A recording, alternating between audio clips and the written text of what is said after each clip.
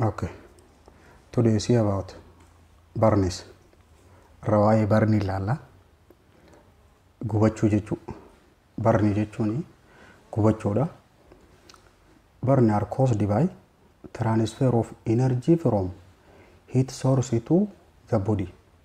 Daddabruu anniisaan oowwaa tokko madda oowwaa sanirraa gara qaama namaatti daddabruu kanaan gubaa jedhama. The depth of the injuries depending on temperature of burning agent and the duration of contact with agent. Gaffageenyi miidhaa tanaa yookaan gaffageenyi balaa kanaa kan inni irratti hundaa'u temperature waan si gubeessanii fi dureeshinii wanni sun turtii wanti sun sirra turtee wajjin hidhata qaba. Pain is inversely proportional to burn degree. Dhukkubbiin sadarkaa gubannaa sanii wajjin waliif faallaa. Warreen sardi digriin hedduun dhukkubu, tuun baay'ee dhukkuba, akkasuma waliif faallaadha jechuudha. Pain is inversely proportional to burn degree. Yoo xiqqoo gubattee fi yoo hedduu gubattee wal qixan dhukkubdu jechuudha. Yoo xiqqoo gubattee irra se dhukkuba. Let us classify burns. Classification burniidhaa mi'a ilaallu. Gubaa tana yoo adda qoonne it is based on the cause. Sababa gubaa sanii irratti hundoofne adda qooduu dandeenya. Thermal burn gubaa sababa ibiddaatiin. Electrical burn elektriinii si gubuu. Chemical burn chemicalli sirra faca'ee si gubuu. Inhalation injury waan gaazii summaawaa ta'e gara sombaatti ol fudhachuudhaan gubachuu. Carbon monoxide fa'a ni ilaalame. Severity of burning hammeenyi gubaadhaa. Severity of burning injuries depending on wanni inni irratti hundaa'u. Tokkoffaa extent of burns hanga sentimeetira yookaan meetira inni sirra bal'ate. Depth of burn gafageenya isaa. Pre-existing medical problem rakkoolee fayyaadhaa ta duraan jirtu. Kabira eejiidha, umriidha. Umriin ijoollee ta'uudhaa fi manguddoo ta'uu fi nama dargaggeessa ta'uun wal qixa seetti namatu. Inni biraan nutritional statusidha. Haala nyaataati. Namni nyaata gahaa qabuuf hin qabne wal qixaan miidhamu. Kan xumuraa locationidha. Bakka gubamte sani. Naannawa fuulaatii fi karaa miilaatii gubachuun tokkoo miti. Burn classification with depth. Gafageenya isaatii wajjin yoo adda qoonne gubaatan. Superficial partial thickness jennaani dura. Superficial partial thickness jechuun laayira gogaadhaa isa ol aanu kana qofaatu walakkaan tokko gubatee jechuudha. Similar to first degree. First degree burniidhaa wajjin wal fakkaata inni kun. Epidermis is destroyed or injured. And the portion of dermis may be injured. Laayirri gubbaadhaa epidermis kan jennuun kun guutuutti badee jira yookaan miidhamee jira. Garuu kutaan dermisiidhaa hatti aanu suni hangi tokko miidhamee jira. Causiin gubaa sababa kanaa wanni ta'u sunlight ifa aduu fa'a, low intensity flash, bishaan oowwaa xiqqoo qabu fa'a sirra faca'u, contact with hot object waan oowwaadhaa wajjin wal tuquu yookaan immoo scalding by hot water bishaan oowwaan hafuura faasif baafate yookaan immoo istiimisaa huurkaasaa takka isirra gannaqame yookaan huurkaasaa santu si guba. Gubaan akkanaa kuni superficial partial thickness jaaniin first degree burniidhaa wajjin wal fakkaata. Deep partial thickness immoo second degreedhaa wajjin wal fakkaata. Deep partial thickness kan jennuun involves destruction of epidermis and upper layer of dermis. Epidermis guutuu badeeti. Dermis irraa his layerri olaanu bakkaanni olaanu kun badee the injury to deeper portion to dermis. Dermisii kanallee keessa gakkutti. Fakkeenyaaf iskaalli. Iskaalli jechuun wanni oowwaan dhangala'aan yoo sirra naqamee dhamma kun.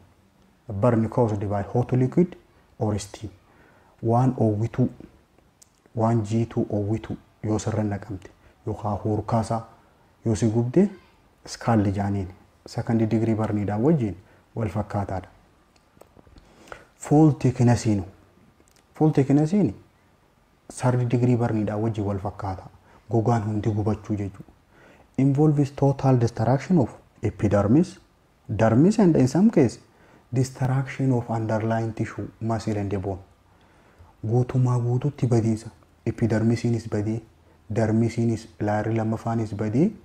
Yeroo takka takka tishuun jalaan jirtulleen yookaan maashaan yookaan lafeen naannoo saniin jirtullee yoo gubateedha. Prolonged exposure to hot liquid wantoota oowwaadhaan yeroo dheeraadhaaf yoo gubatu electrical currentii ifaadhaa fa'a keemikaalli fa'a yoo sirra naqame kuni full thickness si gubuu danda'a hanga lafeetti gadoo si gubuu danda'a jechuudha. Mallattoon isaa waan akkamitti irra jira painlessiidha. Dhukkubbiin qabu gaamma warreen full thicknessiidha kuni lack of sensation miirri itti dhagayama. The wound is appear lasery adiidha madaan bakka san jirtu madaan suni ni addaatti. Hair follicle and sweat gland are destroyed. Hiddi rifeensaatii fi xannachi hurukaadhaan naannoo san jirullee ni bada. The wound is required skin grafting for healing. Madaan full thicknessiidha suni qaama biraa irra maxxansuu barbaada fayyuudhaaf. Maaliif gogaan bakka san jiru waan irraa dhumeef. First degree yookaan superficial partial thicknessiin suni akka namaa galuuf first degree burning limited only to epidermis laayera olaanu kana qofaa gubata. Mallattoon nama sanirraa mul'atu redinessii faa qabdi ni diimata swelling qaba ni iitawa yookaan discoloration of injured area bakki miidhamte suni halluu jijjiirratti. Hyperesthesia qabdi. Hyperesthesia jechuun super sensitivity jechuudha. Yoo qilleensilleen irra bahe akka waan dhaawame itti fakkaata. Garmalee dhagaya jechuudha. Sensitive ta'a. Painii qaba, dhukkubbii qaba garmalee. First degree burning kun. Mallattoon isaa kan biraa reddened no edema and blister. Garuu blistering qabu, dhuchaan qabu. First degree iitaas hin qabu. Numa diimata malee. A typical sunburn is first degree burn. Fakkeenyi isaa gaariin aduudha. Aduun si gubu. Complete recovery with a week. Torbaan keessatti ofiimaafuu fayyuu danda'a. Self limiting dha. No scarring. Godaanni san qabu ofumaaf fayya. First degree. First aid for first degree burn. Amma nama first degree burn qabuuf wanni godhamu maali? Gargaarsi jalqabaa godhamuuf. The objective is to relieve pain and treat for shock. Kaayyoon keenya dhukkubbii san irraa wayyeessuu fi shockii yoo qabaate wallaanu. Wanni ati jalqaba gootu remove patient from heat source madda oowwaa san irraa patientii san jalqabacharraa oofu. Remove burn clothes yoo uffanitti gubachuu jiraate uffata san irraa baasu. Apply cold water bishaan qabbanaawaa itti godhu. Yookaan submerge the burning area in cold water. Bishaan qabbanaawaa keessa cuuphuudha bakka gubatte san. Apply dry dressing if necessary. Uffata goggogaa irra kaayu yoo barbaachise. Take tetanus vaccination if required. Yoo barbaachise talaalli tetanasiillee kennuufi fudhachuu qaba jechuudha. Akkatti nammaanneef.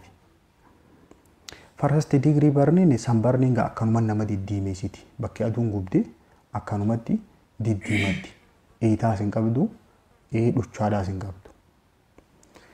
Second degree yookaan deep partial thickness kan jenneen suni it is deep partial thickness skin damage. Gogaan laayirri lammaffaan sun walakkaan tokko ni miidhama. Mallattoon inni qabu swelling qaba, redness qaba, ni diddiimataa, iita qaba. Pain and sensitive to cold air. Dhukkubbii qaba dabalataan qilleensa qabbanaa waan danda'u. Burning area may turn white on touch. Yoo tuyxe bakki gubatte suni ni addaatti. Yoo tuyxe blister is develop dhuchaan uumameeti that owes clear fluid ta dhangala'aa qulqulluun keessaa yaa'u bishaan keessaa yaa'u scar may develop godaanisnilleen uumamuu danda'a restrictive movement if injury occur at joint yoo balaan suni bakka humnaa irratti miidhamu taate namtichi sochii hin danda'u sochii dhorkiti dehydration may occur hanqinni dhangala'aa illee mudachuu danda'a namoonni second degree barnii qaban recover in 2 to 4 week torbaan lamarraa hanga 4 jidduutti fayyuu danda'a namtichi kun first aid nama second degree barnii qabuuf godhamu wanni ati gootu immerse the burned part in cold water until pain is subside hanga dhukkubbiin sun irraa wayyooytutti bakka gubatte san bishaan qabbanaawaa keessa cuubuu qabda but never apply ice directly to burn wanni ati of eeggachuu qabdu cabbii kallattiidhaan bakka gubatte sanitti hin qabdu irraan keessu because the skin can attach to ice and cause even more pain sababni isaa gogaan kun cabbii sanii wajjin waliin maxxaneeti dhukkubbii itti cimuu dandeessi do not break blister dhuchaa san dhoosuu hin qabdu or remove tissue bakka san jirtullee irraa solloisuu hin qabdu wanni ati gootu apply dry sterile gauze uffata goggogaa sterile ta'e goozii yookaan immoo clean clothes as protective bandage akka ittisaatti irra maruu qabda irra godhuu qabda elevate extremity arms or leg if affected yookaan miidhame harkaa miila taate ol kaasuu qabda akka dhiitoyneef refer the victim san booda refer godhuu qabda dabarsuu qabda gara hospitaalaatti amma gaa superficial second degree burning akkanatti gogaan kun irraa marame jechuu ka gubbaa kun iskaalli jechuun akkanamma irraa maramuu tan irraa qunca'ee gogaan asirra jiru kun irraa qunca'ee jira kun ammoo akkanatti dhuchaa uummatee jira dhuchaa tana dhoosuus hin qabdu yoo dhuchaa san dhoofte ni dhiiga waan ta'eef third degree yookaan full thickness kan jaaniinu it is damage to epidermis laayerri tokkoffaadha epidermisiin miidhama entire dermis laayerri lammaffaattis guutumatti and sometimes subcutaneous tissue yeroo takka tissuun jalaan jirtullee subcutaneous may involve connective tissue muscle and bone tissue wal qunnamsiiftuudhaas maashaadhaas lafeedhaas hunda gubuu danda'a mallattoon isaa maali sign and symptom of third degree burning lack of pain dha dhukkubbii hin qabu and the injured area does not turn white on touch yoo tuqxeen addaatu bakki gubatte sun no blister is observed dhuchaan qabu iskaarii fidata garuu boodarra godaannisa qaba swelling is occur and discoloration of skin ni iitawa gogaan naannawaa san jiru halluu jijjiirrata red brown to black in color diimaarra gara booraatti jijjiirameeti chiboota qarra gurraattuu akka cilee ta'a jechuudha crusty surfaces develop wanni akka kalloo gubatteetti irra jajjabaatullee ni mudata gubbaarra ni uumama impair circulation and broken skin with exposed part circulate marsaan bakka san jirtu ni jeeqamti and broken skin with exposed fat gogaan bakka san jiru dhooheeti faatiin jalaan jirtu mul'atti dehydration result in shock kana keessatti hanqina dhangala'aa mudachuun beekamaadha shockii qabaachuu danda'a namtichi kun first aid nama kanaaf godhamu maali gargaarsa jalqabaa call for professional medical help immediately gargaarsa nama si gargaaru yeruma sanitti itti bilbiluu qabda yaamuu qabda serious burns especially third degree burning gubaan jajjabduun katti hammaatti keessaahu degree sadaffaa barni warreen jennuun kun required treatment beyond the first aid gargaarsa jalqabaarra wal'aansa barbaada Leave burned clothing on. Nama gubate sarri degree yoo ta'e huccuu irra gubate san achuma dhiifta.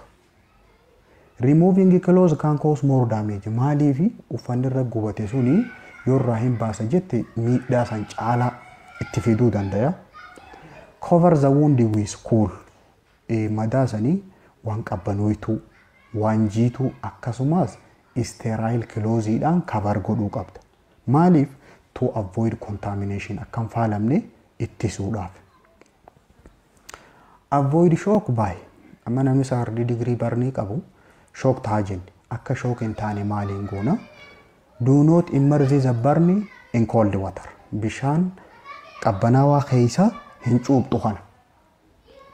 Keep burning dexterity elevated above level of hurt victim hurt. Bakka gubatte san ol kaasuu qabda.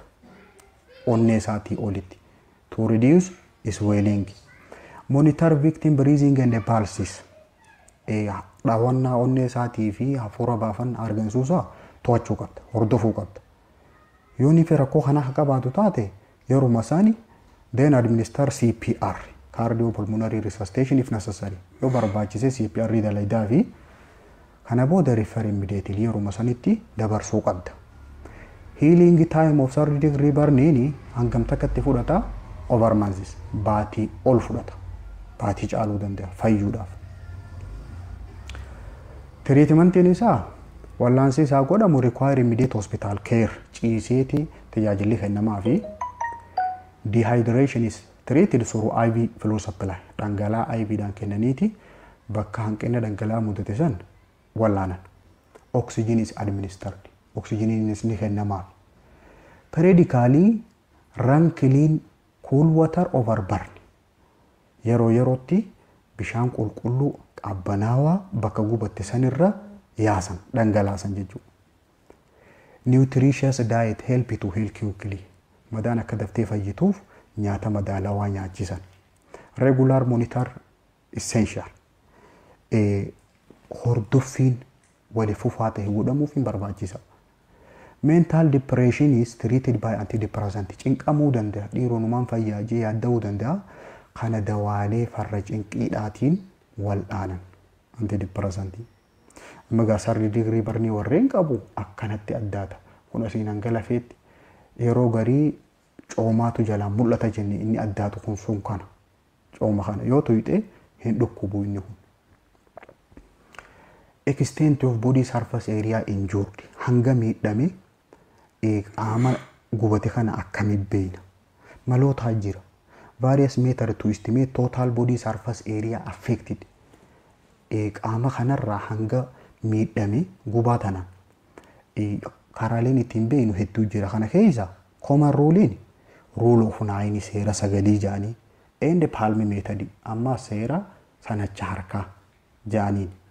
In palm method sanacha harkaa kana qubbiin kanaan the size of patient palms palming keetii miti haa patientii saniiti approximately 1% of total body surface area parsantii takkaatiitu gubate jechuu bakki sanachi isaa sun akkanatti irra kaayame qubbeen isaa sun jechuu hangi fingeriin ol bahe kun akkanatti walii qabdee irra kaayisee parsantii takka jedhama qaama namticharraa.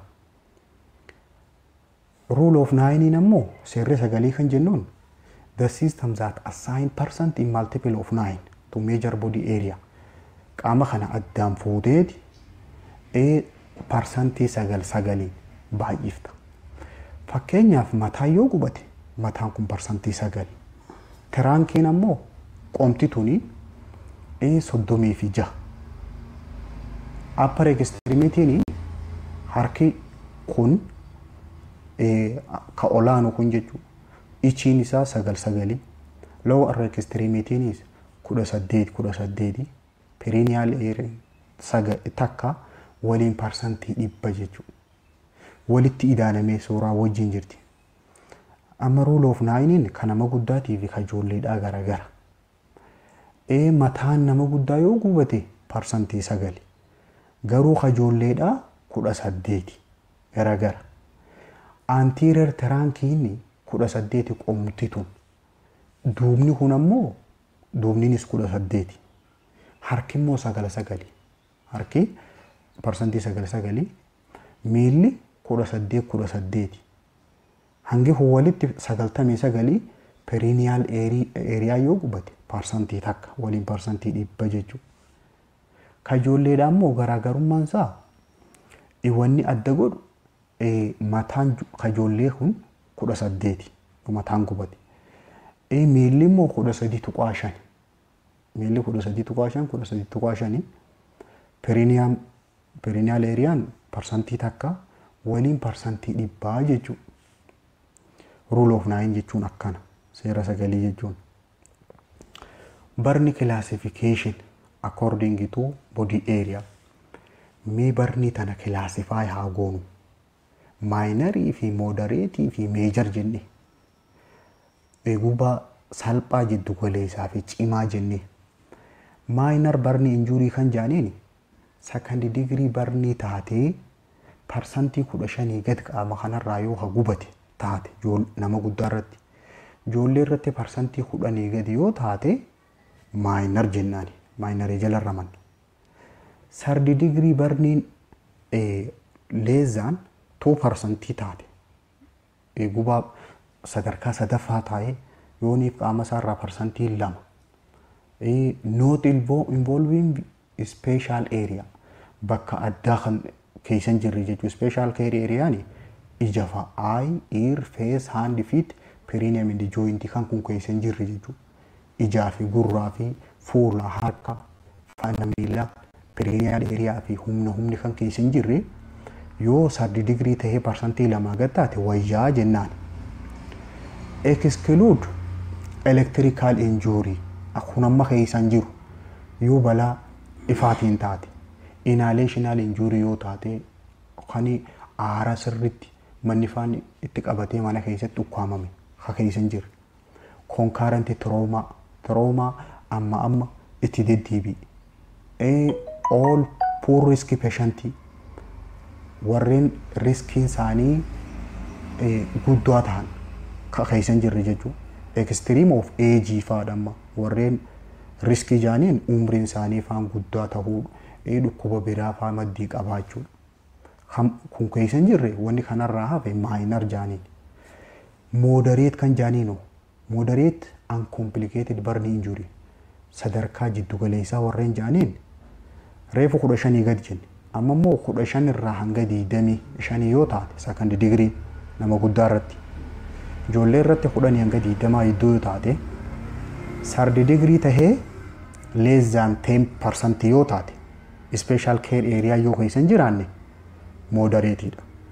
Garuu electrical injury fi inhalational injury fi concurrent traumaan riskiin poor risk patientiin keessatti hammatamuu qabu as keessatti. Sun major jala dhaqa. Major burn injury kan jaaniin second degree burn parsantii 25 ol kutte. Adult irratti takka ijoollee irratti parsantii 20 ol kutte. All third degree burn exceeding 10% total body surface area irraa parsantii 10 ol takutte hundi third degree major jala lakkaa'amti. All burns involves special care area bakka tajaajila addaa barbaaddu namni gubate hundi major burn jala dhaqa. All inhalational injury, all electrical injury and all poor risk patientiin major jala dhaqa. Warreen majoridha akkamitti laalamanii warreen moderateidha warreen minorii akkami wal'aanamanii nu fuuldura jirtin ilaalla. Body response to burns. Namni tokko yoo gubate qaamni deebisaa akkam kennaaf gubaa tanaaf. Burns that do not exceed 25% of total body surface area. Namni parsantii 25 ol hin gubatiin qaamni isaa primarily local response dha deebi'a. Qaamni deebisaa naannawuma sanarraa deebisuu eegala. Garuu yoo parsantii 25 ol kutte localidhaa fi systemic response jira. Amma local response bakkuma saniin dhukkubuu faadha. Systemic immoo sistema biraatiitu major burn injury waan taateef systemic response jira. Systemic response is due to release of cytokine mediator. Amma warreen mediatorota ta'an warreen waa gallakkisan kanaatiitu gallakkifama into systemic circulation waggaa inni kun edda dhiigaa keessa gannaqame change in blood flow dhiigni yaa'u sun ni jijjiirama tissue ideemaa dhufa ni iitoyti infectionii dhufa infectionii mudachuu danda'a systemic response karaa kanaan dhufti barni tana nama gubate kana akkamiin manage godhan barni managementiin barni care provide through three phase boqonnaa sadii qaba karaa sadarkaa sadii wal'aanan sadarkaan jalqabaa emergency yookaan resuscitative phase sadarkaa of bayyanachiisuuti ka lammaffaadha immoo intermediate ka jiddu galaati ka sadaffaadha rehabilitation mee tokko tokko laalame emergency yookaan resuscitative phase ni eesarraa eegala from onset of injury eega balaan sun eegalteerraa kaasee to completion of fluid resuscitation hanga dhangala'aan qaama isaa keessaa bahe bakka deebi'utti maaliif keessaa qabata gaafun include extinguishing of fire ibidda sanfaarraa dhaamsuufa when clothes catch on the fire yogaa huccuun itti qabatte drop and roll lafa gachiibsitee lafarra bororsita lafarra borori jettaan yookaan immoo use blanket coat or any other material to off fire takka birdilipsi irra darbita takka uffatuma jiru irra darbitee akka ibiddi sun irraa dhaamu goota remove restricting object from the area waan isa hudhuu danda'a naannawa sanirra irraa baafta waan akka faayaa uffatee jiraatee mormarratti cover the wound with sterile or clean clothes madaasani huccuu sterile taateen cover godhu irrigate chemical burning yoo chemical irra naqamu taate irraa dhiquu bishaanii maintain or ensure ABC kana tasgabbeessuu dhaga karaa airway karaa qilleensa breathing hargansuudhaa fi circulation ABC kana ensure godhu mirkaneessu prevent shock ittisu urgently refer to hospital sambooda gara hospitaalaa daftee ergu kun imma feesiin tuni feesii emergency phase jaaniin acute yookaan immoo intermediate phase kan jaaniinu eesarraa eegala from beginning of diuresis to near completion of wound closure eega dhangala'aa fudhachuu eegalirraa kaasee hanga madaan isaa fayyitutti achi jidduun intermediate phase jaaniin kun amma maal irratti xiyyeeffata it is focus on waa sadii irratti xiyyeeffata wound care and closure madaasaa san tajaajiluudhaa fi akka isin fayyitu taasisu prevention or treatment of complication xaxaan kana booda akka ittiin dhufne irraa ittisuudhaa fi yoo dhuftee jiraatte wal'aanu nutritional support nyaataan deeggaru rehabilitation phase inu rehabilitation ini from major wound closure to return individual optimal level bakka duraan irraa ka'etti hanga inni deebi'utti eega madaan isaa guddoon sun walitti deebitee fayyitee irraa kaasee hanga psychosocial adjustment hanga hawaasa keessaa bahee keessa deebi'utti focus of care naan bakka kana dalagamtu tajaajilli xiyyeeffannaan dalagamu prevention of scar and contracture godaannesni kan dhufu ittisu qaamni walii goggogee kan hafne dhoorku tajaajila gootaa fi physical occupational and vocational rehabilitation deebisuudha bakka hojii isaatti qaama isaa bakka duraan irraa dhufetti dalagaa duraan irraa dhufetti akka deebi'u if duuba akka deebi'u taasisuudha functional and cosmetic reconstruction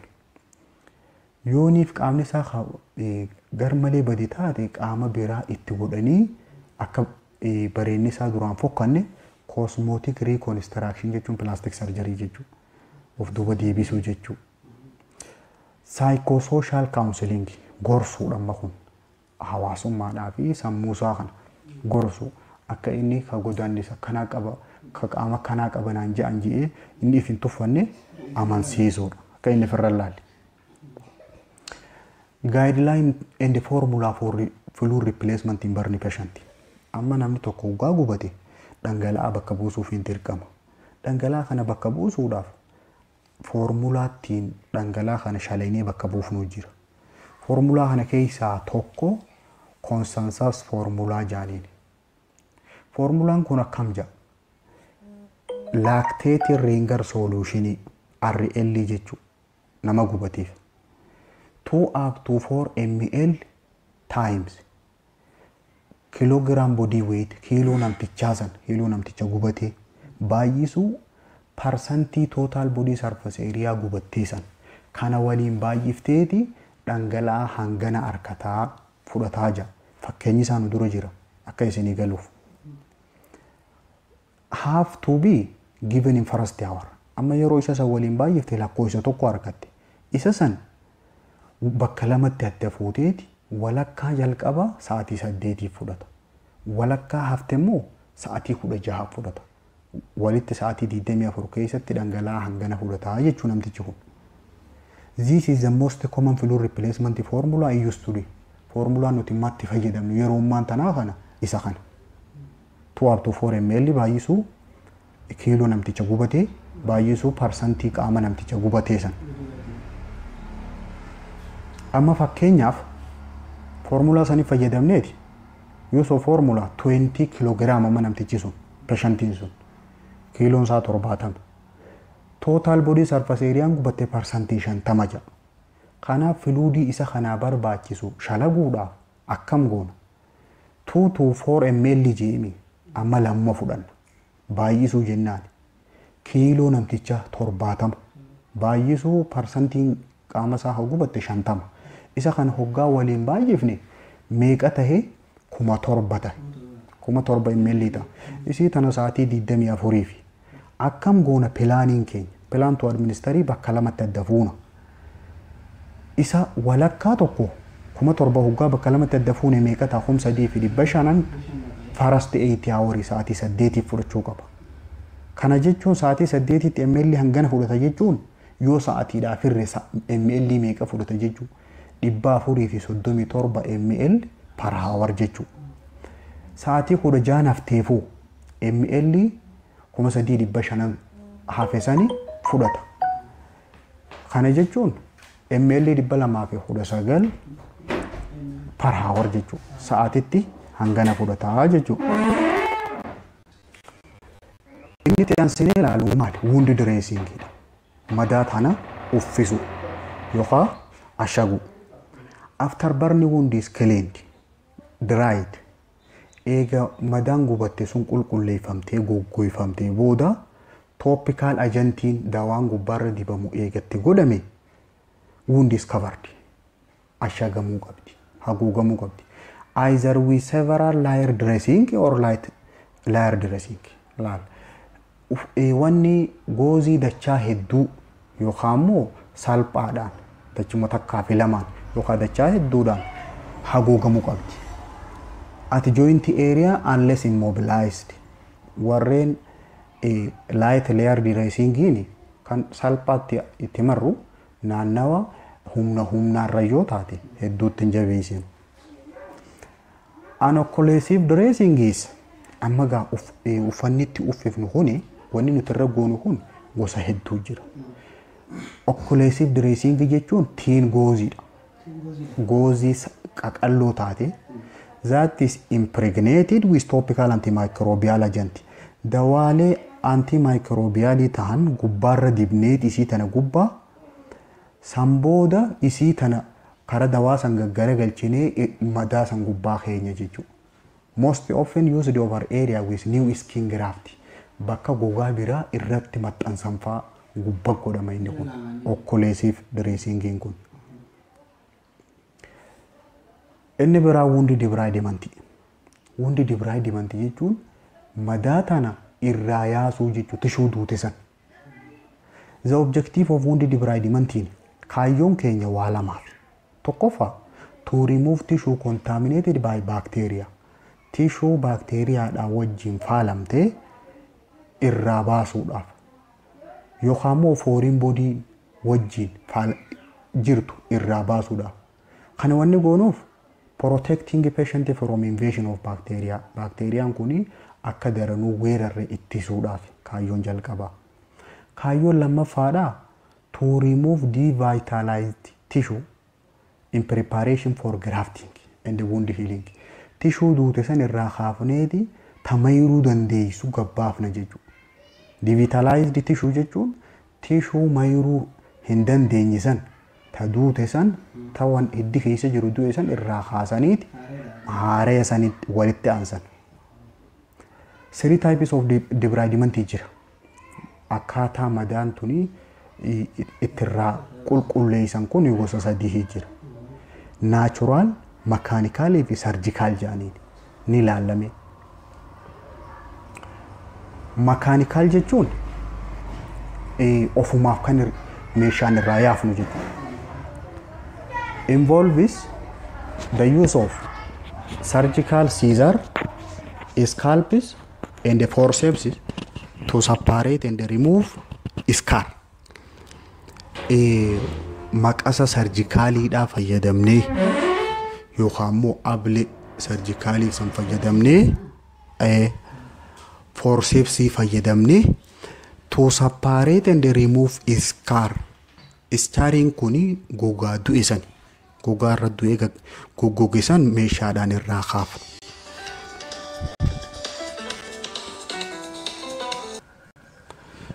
This technique can be performed by a skilled physician. Amma ga malli kuni kan dalagamuuni warreen ogummaa qaban doktoroota, narsii, physical therapist warreen ogummaa qabaniin dalagama inni kun. It is usually done with daily dressing change. Hoggaa uffata guyyuu irraa jijjiiran hoggaa madaa san ashaggee san irraa jijjiiran ni dalagamaaf inni kun. Natural debridementiin the deep tissue separate from underlying viable tissue is spontaneously by natural enzyme. Enzyme uumamaatiin proteolytic enzymoota jaaman kanii tissue ajjeesanii yaasuu danda'an. Isiisaniin ofumaan irraa yaa'a jechuudha. Tissuun duute sun ifumaaf gallakkisaa deemti. Naturally. Surgically no. Within first 5 days after injury, eega miidhame, eega gubate, guyyaa 5 keessatti excise burn wounds madaasan dhoosaniiti then cover with skin graft. Skin graft gogaa bakka biraa irraa fidaniitti maxxansan sanii wajjin cover godhan. Yookaan immoo temporary covering yeroodhaaf haguuganiitti dhiisan jechuudha. Surgical debridement jaaniin. Amma gaa'eega skin graft dubbanne skin graft jechuun gogaa irra maxxansuu jechuudha. Purpose isaa maali? Purpose of wound coverage are to decrease risk of infection.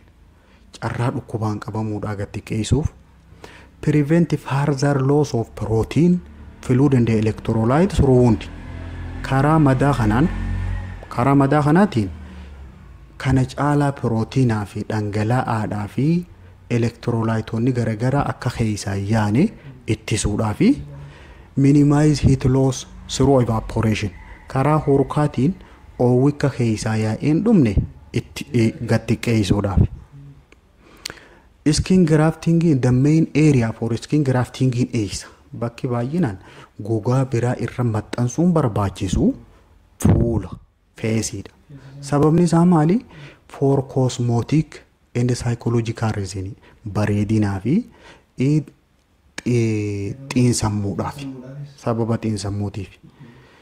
Akkasumas functional area fa bakka dalagaadhaaf bakki itti godhan. Such as hands and feet, bakka namni dalaguun harkaa fi miila fa. And areas that involve joint, ammas bakka humni itti dhaabbattu fa skin grafting godhuun barbaachisa. Skin grafting kun gosa qaba. Homograftii jira, heterograftii jira. Homograftii jechuun allograftii jaaniin. Hiikkaansaa homo jechuun ka wal fakkaatu jechuudha. Skin obtained from living or recently deceased human. Gogaa nama jirurraa fuudhame yookaan immoo nama maanta du'e irraa fuudhame nama kana godhamu jechuudha. Homoo giraafti jechuudha. Isuma kanarraa fuudhanii bakka madaa bakka gubatte sanirra kaayan jechuudha. Heterograftiino xenografti jaaniin. Grafti consists of skin taken from animal. Gogaa naman tahinirraa fuudhame jechuudha. Bineeldotarraa fuudhanii fakkeenyaaf booyyee faarraa fuudhanii namarra godhan jechuudha. Hetero jechuun kan nama biraati. Homoon ammoo kanuma isaati takka ammoo kanuma nama akkasaarraa jechuudha. Inni biraa biosynthetic and synthetic dressing. Amma waan madaa tanarra godhan kuni kan wantoota lubbuu qaburraa tolfamee fi kan warshaa keessatti tolfamee jira. Temporary wound covering jaaniin wantoota yeroodhaaf madaa kanaan haguugani. A widely used synthetic dressing in biobrain jaaniin meeshaa warshaa keessatti tolfame keessaa kan madaan ashagan baay'ee kan itti fayyadaman biobrain jaaniin, which is composed of waan inni huudhif keessaa qabu naayilonii faa qaba. Naayiloon qaba. Elastic membrane qaba. Membrane adda harkifatu ni qaba.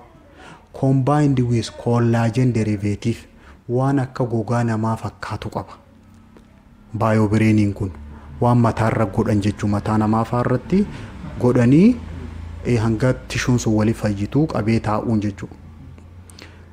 The material is semi-transparent and sterile. Meeshaan kun iwaati qowaa dabarsa. Akkasumas qulqulluudha.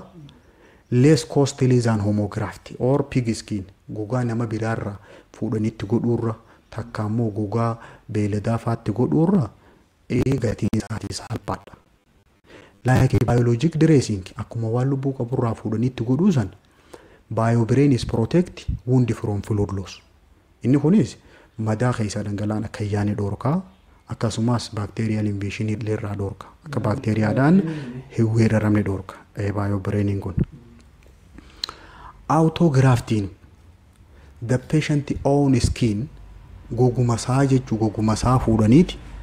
Those are not rejected by patient immune system. Kan immunitiin namti isaa kun hin dinne goguma isaa qaama isaa irraa fuudhanii itti godhan. Dan hangam takka godhama eega balaan sun irra geessee months or year after initial injury eega balaan sun irra geessee baatiitti yookaan immoo amata jidduutti itti godhama. Occlusive dressing are commonly used initially after grafting. Dressing isan irra godhuun barbaachisaadha. Eega grafti godhame eega gogaan biraa irra maxxanfamee booda. The first dressing changes wanni dressing irra goonu san hangam takka jijjiirama. Usually perform 3 to 5 days after surgery. Eega baqa ifamee booda guyyaa 3 hanga 5 jidduutti jijjiiramuu qaba. Yookaan earlier in case of prolonged drainage yoo dhangala'aa eelaa qabu keessaa yaa'e sanis achitti illee guyyaa 3 duratti illee irraa jiruu dandeenya. Yookaan immoo foolii badaa yoo fide. If graft is dislodged yoo keessa gakkutte hoo wanni gogaan biraa hafinnee irra godhame sun yoo keessa gakkutte sterile saline compress will help prevent drying of graft. Hanga fiizishiyaanni bakka deebisutti akka inni kun hin goggoyne sterile saline normal saline itti goona. Normal saline irra gooneeti compress irra goona akka inni goggoyneef until physician is reapply it hanga bakka deebisutti ogeessi doctor sun jechuudha. If extremity has been grafted yoo bakki gogaan biraarra maxxanfame kuni harkaa miila taate it is elevated ol qabamuu qaba onnee olitti to minimize edema akka inni toyneef.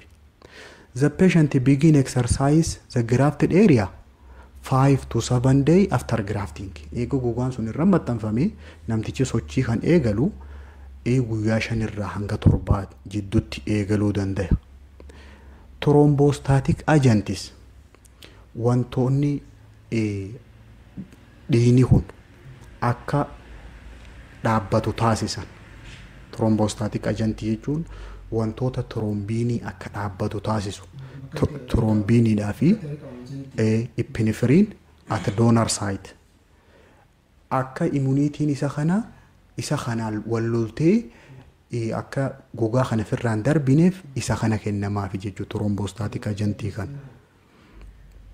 Amma occlusive dressing jechuun waan akka koofii harriidhaa tana mataarra gakkaa'en kanaan occlusive dressing jaaniini. Baayobireen qabdi. Baayobireen jechuun bakka silaa namarraa fuudhanii gogaa nama halloo namaa irra godhansanii isa kanatti godhan jechuudha. Graftingiidhaaf. Inni xumurarra laallu maali barni complication namni gubatee tokko rakkoon irra dhufuu dandeessu. Tokkoffaan keelooyidii. Keelooyidii jechuun godaannesni garmalee guddachuu jechuudha. It is irregularly formed scar that extend beyond the margin of original wound. Bakka madaan sun duraan jirturraa achi guddateeti ol dhiitawee gogaan biraa gubbameera jechuudha keelooyidii jechuudha. Keelooyidiin. They are large. Inni kuni godaannesni kun ni guddata. Nodulaariidha ni qaqqabatama. Rope like fakkaata akka waan haannirra taa'ee uhaa fakkaata. It is often causing itching and tenderness. Yeroo hunda inni sun ni nyaataasi ni dhukkubaasi ugaa qaqqabatan. Keelooyid jaaniin barni complication sababa gubaatiif dhufe. Habiraa rakkoon nama gubatirra dhuftu failure to heal. Fayyuu didu. Ende iskaari akkasumas godaannesaa'u. Kabiraa contracture garmalee walitti kottoonfachuu. Shrinkage of burn scar through collagen maturation. Hoggaa collagen lamaffaa deebi'ee biqiluu jiru walitti butamtee humniti faan wali gabaabbachuu jechuu. Harkifaa wali kottoonfachuu takka ammoo walitti jallachuu sani. Keelooyid jechuun. Amma contracturein akkasi. Kunoo keelooyid jechuun akkanatti gogaa gubbaarratti ol bahu kana. Sababa gubateef akkanatti irratti ol baha. Kun amma gaanii fokkisa jechuudha. Akkanaati waan ta'uu san fakkaata. Koorsii asumatti waa'ee barniidhaa xumurree jirra. Kanaafuu waan nu hordoftaniif galatooma.